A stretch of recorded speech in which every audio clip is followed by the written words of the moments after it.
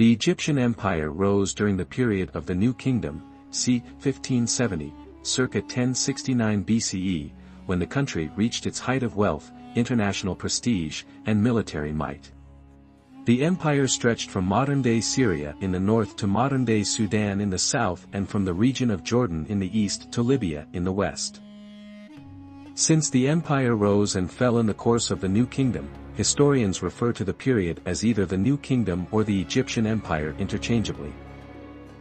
Egyptian history is divided by later scholars into eras of kingdoms and intermediate periods. Kingdoms were times of a strong central government and a unified nation, while intermediate periods were eras of a weak central government and disunity.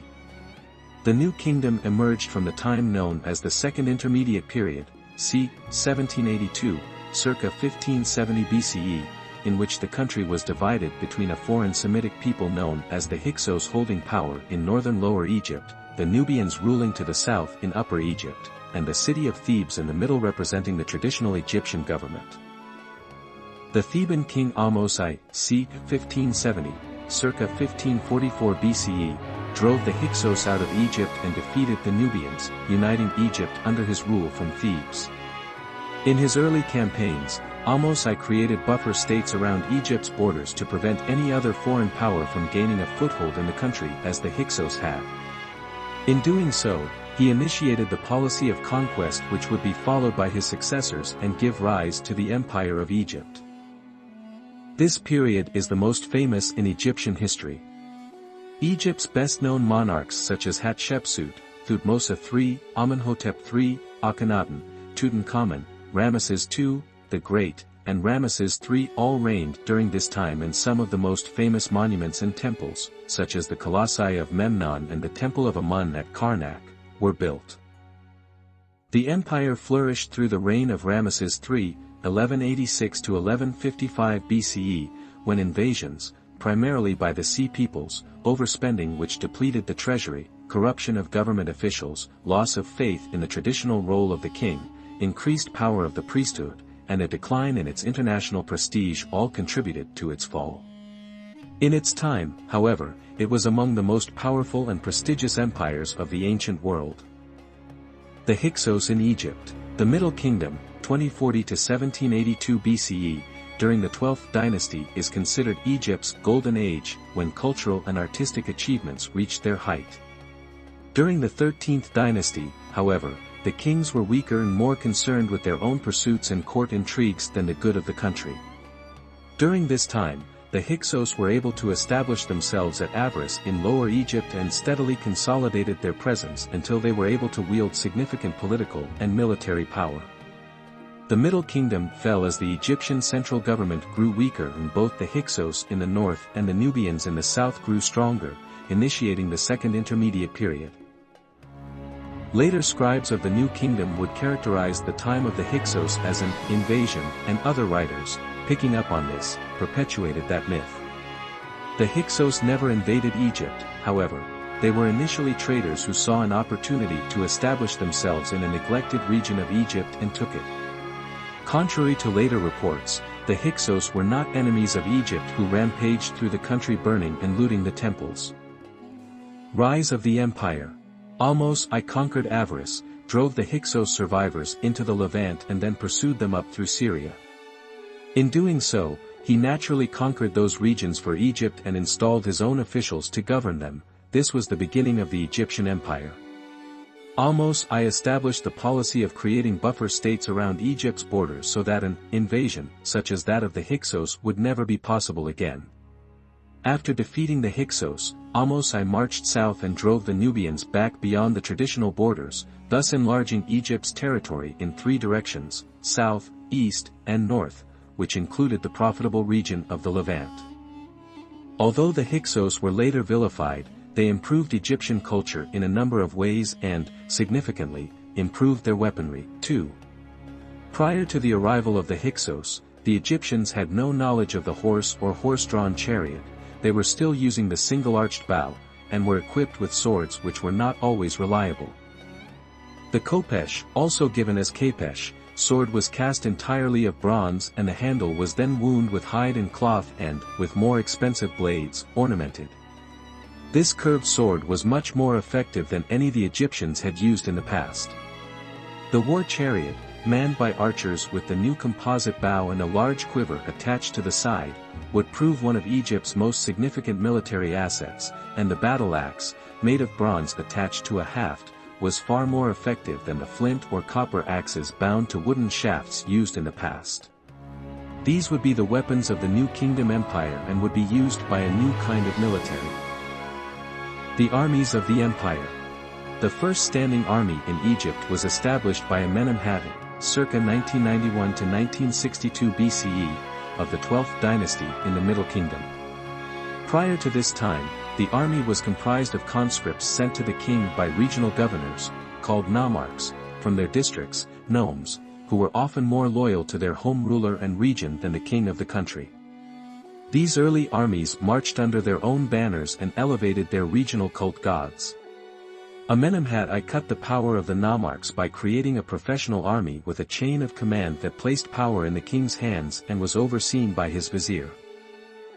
The army Ahmose I mobilized against the Hyksos was made up of professionals, conscripts, and mercenaries like the Medjay warriors, but under the reign of his son, Amenhotep I, circa 1541 to 1520 BCE, this army would be extensively trained and further equipped with the best weapons available at the time. Unlike the early army which went to battle under the banners of their nomes and clans, the New Kingdom army fought for the welfare of the entire country, bearing the standards of the universal gods of Egypt. The king was the commander-in-chief of the armed forces with his vizier and subordinates handling the logistics and supply lines. The chariot divisions, in which the pharaoh rode, were directly under his command and divided into squadrons with their own captain. There were also mercenary forces, like the Medjay, who served as shock troops. The Age of Imperial Egypt. These were the troops who forged and then maintained the Egyptian empire. Amenhotep I continued the policies of Ahmose I, and each pharaoh who came after him did the same. Thutmose I, 1520 to 1492 BCE, put down rebellions in Nubia and expanded Egypt's territories in the Levant and Syria. Nubia was especially prized by the Egyptians for their gold mines and, in fact, the region took its name from the Egyptian word for gold, nu. Little is known of his successor, Thutmose II, 1492 to 1479 BCE, because his reign is overshadowed by the impressive era of Queen Hatshepsut, 1479 to 1458 BCE. Hatshepsut is not only the most successful female ruler in Egypt's history but among the most remarkable leaders of the ancient world. She broke with the tradition of a patriarchal monarchy with no evidence of rebellion on the part of her subjects or the court and established a reign which enriched Egypt financially and culturally without engaging in any extensive military campaigns. Although there is evidence that she commissioned military expeditions early in her reign, the remainder was peaceful and focused on Egypt's infrastructure, building projects, and trade. She re-established contact with the land of Punt, an almost mythical land of riches, which supplied Egypt with many of the luxury goods the upper classes came to covet as well as necessary items for the worship of the gods, such as incense, and the cosmetics industry, oils and scented flowers. When Hatshepsut died, she was succeeded by Thutmose III, 1458 to 1425 BCE, who, possibly in an effort to prevent future women from emulating her, had Hatshepsut's name erased from monuments. He would have done this in order to maintain the tradition of a male sovereign, not because he had anything against the queen, and he left her name intact inside her mortuary temple and elsewhere out of the public eye. Even so, later kings knew nothing of her accomplishments and she would not be known to history again for over 2,000 years. Thutmose III should not be remembered for this one action, however, as he proved himself an able and efficient ruler and a brilliant military leader. Historians have often referred to him as the Napoleon of Egypt for his success in battle, as he fought 17 campaigns in 20 years and, unlike Napoleon, he was victorious in all of them. He also encouraged and extended trade and was a man of culture who helped preserve Egypt's history. The foreign and domestic policies of Thutmose III enriched Egypt and expanded its borders, providing the country with a stable economy and a growing international reputation. By the time of the reign of Amenhotep III, 1386 to 1353 BCE, Egypt was among the wealthiest and most powerful in the world. Amenhotep III was a brilliant administrator and diplomat whose prosperous reign established Egypt firmly in what historians refer to as the Club of the Great Powers, which included Babylonia, Assyria, Mitanni, and the land of the Hittites, all of whom were joined in peaceful relations through trade and diplomacy. Decline and fall.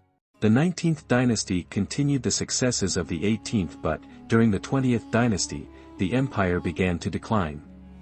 Ramesses II and his successor, Merenta, 1213 to 1203 BCE, had both defeated invasions by the Sea Peoples, a coalition of different tribes who were responsible for weakening and destroying a number of civilizations at this time, but had not crippled their power.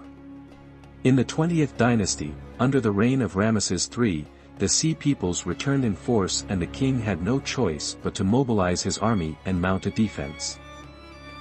Ramesses III defeated the Sea Peoples just as his predecessors had, but the cost in lives and resources was tremendous.